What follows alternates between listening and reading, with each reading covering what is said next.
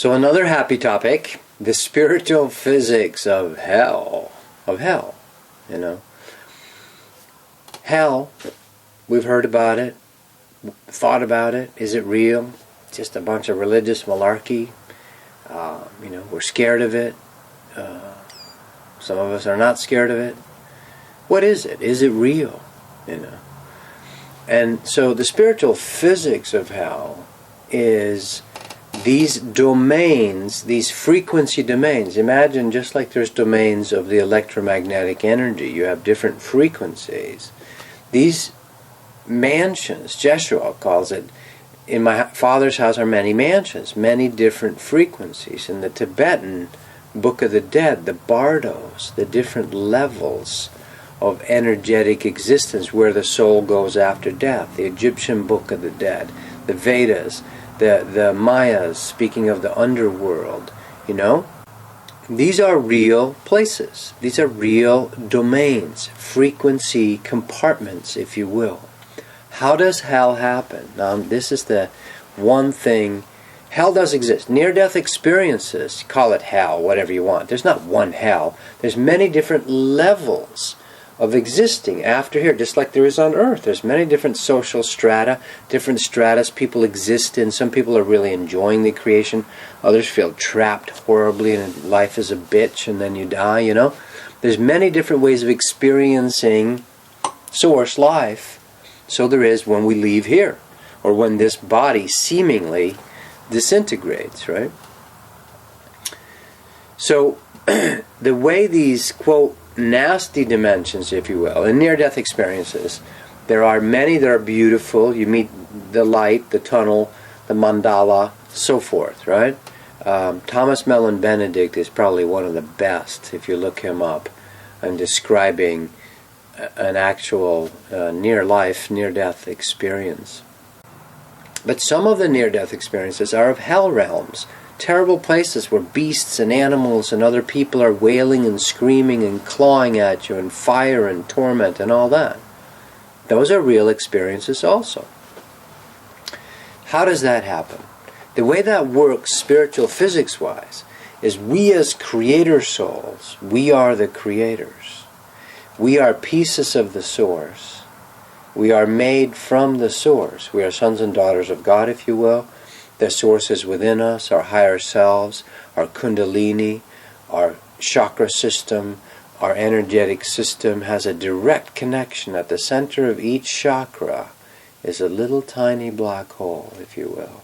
A eternal, beyond time and space connection to that which is the source, God, if you will.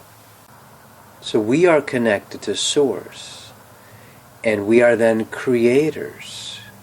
We create realities by how we look out, by our projection, by our belief system, by our programming, right? We create realities. Humans are not unique in this, but not all beings across the galaxy are reality creators. Some are reality followers, right?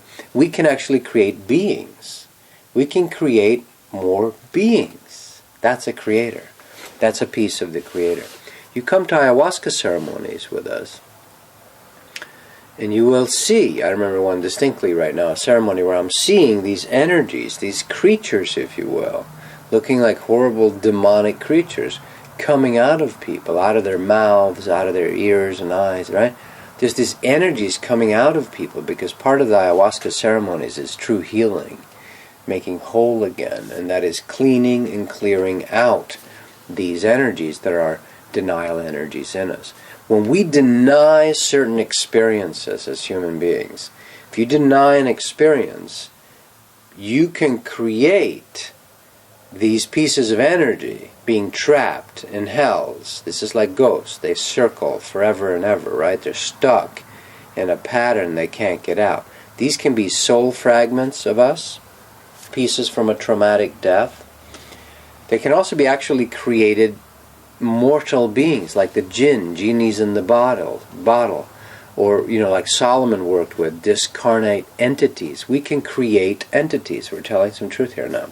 You can summon entities, but you can create them as well. This is what humans have the capability to do. And this is very scary to us. So often we've said, no, we have to shut that down, that reality down.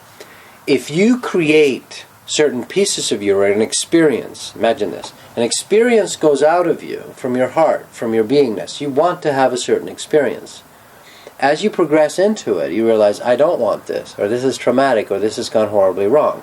You try to deny it and cut it off. That becomes a soul fragment, if you will. Or an energy that you don't want to own up to. You want to resist it. What you resist persists, what you embrace. You have to allow your own energies back into you. When you don't do that and you go into blame, they did this to me, it's their fault, that's no way I could ever participate in that, it just didn't happen. Not only can you split schizophrenically and have multiple personalities, or like often comes out, like the Pentecostal preacher at night is running the prostitution ring. Actually, it's a true story. That's a true story. This kind of schizophrenic soul denial creates hells. Because the energy is still your energy. But you're pretending, and no, I had nothing to do with it, I don't want to hear and see, no evil, see no evil, hear no evil, speak no evil, right? Denial, denial, denial. In that case, those energies will still be coming back at you, but you'll feel them as something outside yourself. This can create these bardos, these hell realms, where you go to after, we're in it right here all the time as well. Just because you die doesn't make you an angel. What you are here on earth is pretty much what you're going to encounter on the other side, what we call the other side. See, it's all one frequency continuum, really. That's the true awakening, by the way, is that we realize that right here, right now, where I am, that's where the awakening is. You know, there's not some imagined ascend out of here place where you're finally going to get to heaven. That's not how it works. What you are here is what you'll meet there. As within, so without, you know. And Jesus even teaches that. He says, what you bind on earth, you'll bind in heaven. What you loosen on earth, you'll loosen in heaven. That's perfect spiritual physics, right?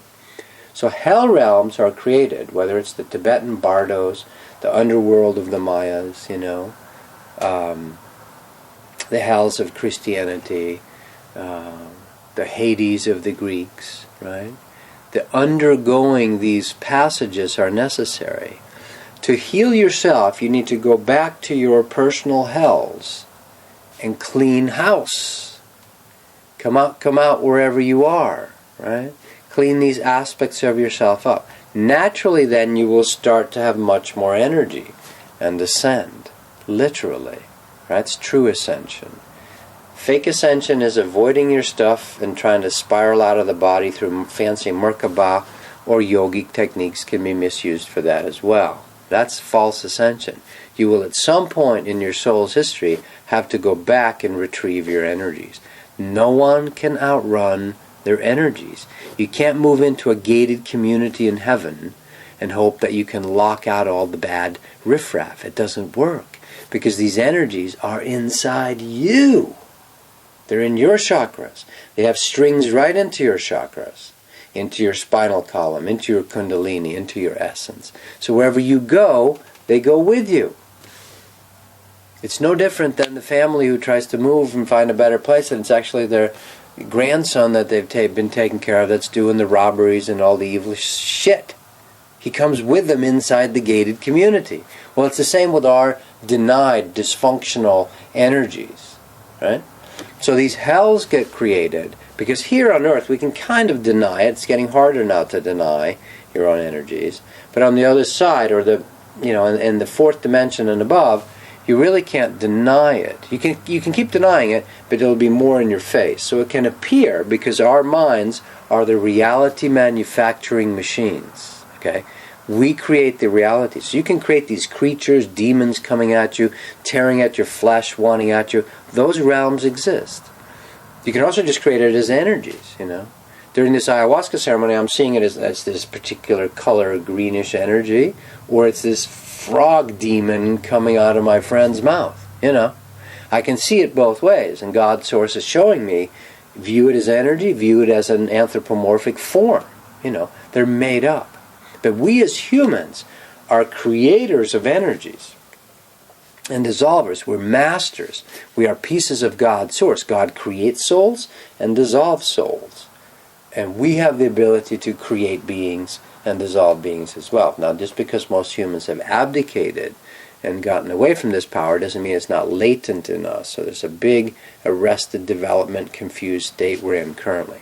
So these hell realms do exist. What they are is those denied aspects, pieces of yourself, coming back at you, seeking their home, trying to come home to mommy or daddy, and you're rejecting them and going, get thee away from me.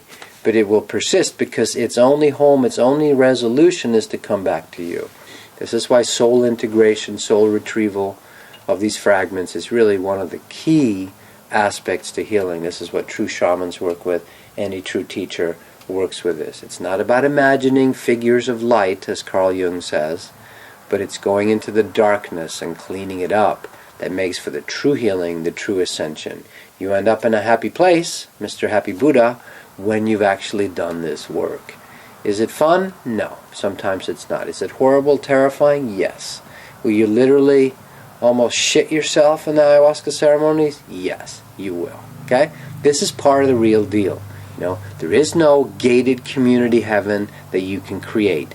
Just like on Earth, you cannot run from your stuff by creating all these little gated, happy, secure, what you feel are secure communities. Because your stuff in you travels with you wherever you are. All right? So the only solution is to face it, to feel it. There is no way around it, but there is a way through it, is what I heard God tell me years ago when I was going through a dark night of the soul. There's no way around this. Doesn't mean suffering, doesn't mean pain, doesn't mean torment, although you can make it that way, and a lot of us do. But it means actually doing it, facing it. You want to lose weight? Eat less and move your body. It's not rocket science, or access the emotional parts, right? Same with spiritual awakening.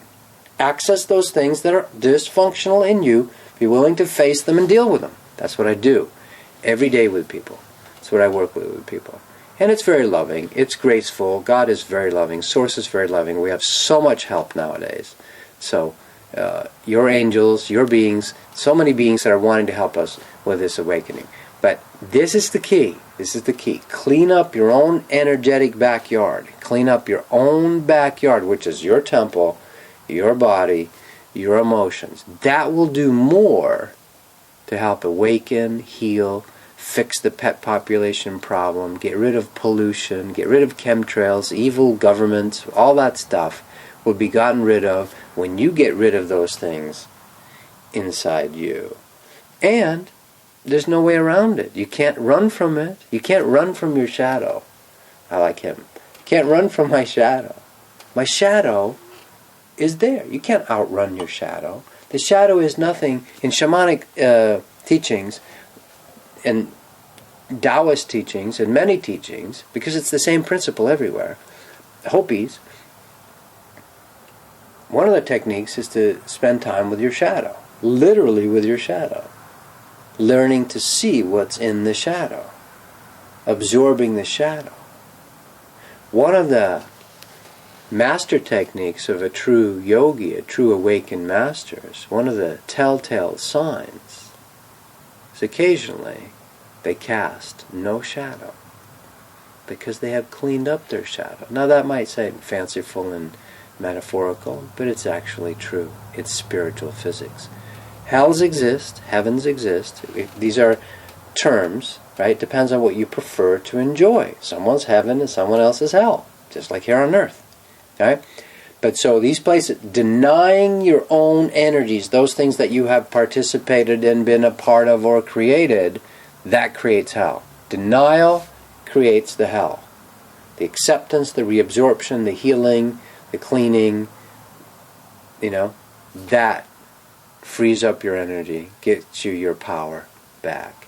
I hope that made some sense. All right, if you're interested in more, the inner body awakening is one of the powerful techniques, ancient techniques. Some teachers talk about it. It's Shiva's techniques. Way back, Lemuria Mu, the original yogi, Shiva. About feeling your inner energy, This is real spiritual physics. The alchemy energy process is the second step to that, where you learn to actually alchemize, work with the energies. It's not about theory land anymore. It's high time on Earth that we get to it, get about doing healing so we can feel good again and not kill the planet, not kill ourselves. You know, if you love your kids, you love your animals, fix yourself. Best thing you could ever do. If you're interested in more of these tidbits, on Amazon as well, Listening to the Sun and Awakening Souls. It's the same book, 2 different covers. Don't order both of them, just one of them. I know, it's so hard to play outside the paradigm a little bit here, but don't tell Amazon. All right. Thanks so much. Hope that makes some sense. You can dissolve all those things that could potentially and possibly torment you in any kind of astral hells in the afterlife. But get about doing it. Get about doing it. I'm glad to help you. I'm glad to work with it as I can. It's what I do. It's what I love. It doesn't drain me because God helps me do it. Source helps me do it. You know, if you're meant to, whatever work you're meant to do on the planet will make you feel energized, make you feel good. All right.